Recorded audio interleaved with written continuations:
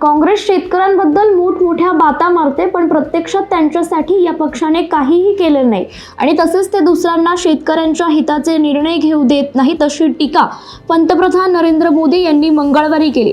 ते म्हणाले की काँग्रेसने राज्यांमधील जलविवाद सोडवण्याऐवजी ते अधिक विकोपाला नेलं। राजस्थानमधील भाजप सरकारच्या वर्षपूर्तीनिमित्त आयोजित समारंभात नरेंद्र मोदी यांनी हे वक्तव्य केले। पंतप्रधान पीक विमा योजनेत यावर्षी 28,54,062 शेतकरी सहभागी झालेत। या शेतकऱ्यांनी वेगवेगळ्या पिकांचं मिळवून 54,48,473 अर्ज केले असून 39,990,430 हेक्टर क्षेत्राचा विमा उतरवलाय। रब्बी हंगामासाठी राज्यात 17,026,37,00,000 रुपये संरक्षित झालेत।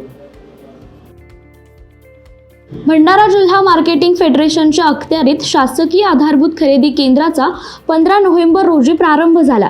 धान खरेदी करण्याची 31 जानेवारीपर्यंत प्रशासनाने मुदत दिली आहे। मात्र तुमसर तालुक्यात बारदानाअभावी धान खरेदी रखडली असून शेतकरी नाईलाजाने व्यापाऱ्यांना कमी दराने धान विकत असल्याचं पाहायला मिळालं। यात शेतकऱ्यांचं मोठं आर्थिक नुकसान होत आहे। संबंधित केंद्र चालकांनी त्वरित बारदान उपलब्ध करून द्यावे अशी मागणी शेतकऱ्यांनी केली आहे। जालना जिल्ह्यातील द्राक्षाचे आगार म्हणून ओळखल्या जात असलेल्या कडवंची परिसरातील द्राक्ष बागायतदारांसमोर यंदा बागा जगवण्यासाठी पाण्याचा प्रश्न उभा टाकलाय। स्थिती अनुकूल असली तरी पाण्याअभावी यंदा अनेकांचे बागा सोडून देणं पसंत केल्याची माहिती द्राक्ष उत्पादक शेतकऱ्यांनी दिली आहे। जगभरात मोसंबीची वेगळीच चव देणाऱ्या जालन्याच्या GI मानांकन प्राप्त मोसंबीला यावर्षी नोव्हेंबर पूर्वी चांगले दर मिळाले। पुढचा बहर जानेवारीत सुरू होणं अपेक्षित होतं, मात्र मागील 4 दिवसांपासून मोसंबीची 150 टनांहून अधिक आवक झाल्याने सध्या मोसंबीचा दर कमी झालाय। जालन्याच्या मोसंबीचे दर आधी 40 रुपये प्रति किलो होतं, मात्र आता हेच दर 8 ते 14 रुपयांपर्यंत आलेत। त्यामुळे मोसंबी उत्पादक शेतकरी चिंतेत पडलेत। मोदी सरकारने गेल्या 10 वर्षात शेतीमालाची खरेदी 2.5 पटीने वाढवली तर हमीभावात 3.5 पटीने वाढ केल्याचा दावा केंद्रीय गृहमंत्री अमित शहा यांनी केला होता। त्यांचा हा दावा शेतकरी नेते जगजीत सिंग डल्लेवाल खोडून काढला आहे।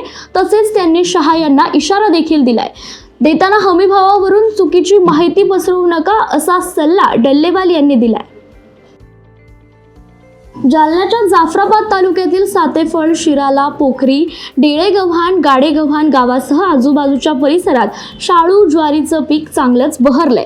थंडी आणि पोषक वातावरणामुळे यंदा ज्वारीच्या उत्पादनात वाढ होण्याची शक्यता आहे, परंतु काही भागात शाळू ज्वारीवर मावा आणि चिकटा रोगाचा प्रादुर्भाव झाल्याने शेतकरी हैराण झाले असून पीक वाचवण्यासाठी ते वेगवेगळे उपाय करताना दिसतात।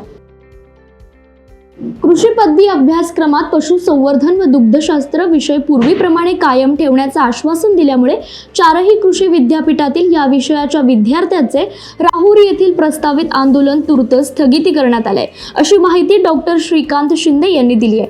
6व्या अधिष्ठाता समितीच्या अहवालानुसार कृषी पदवी अभ्यासक्रमात पशुसंवर्धन व दुग्धशास्त्र विषयांना कात्री लावण्यात आली आहे।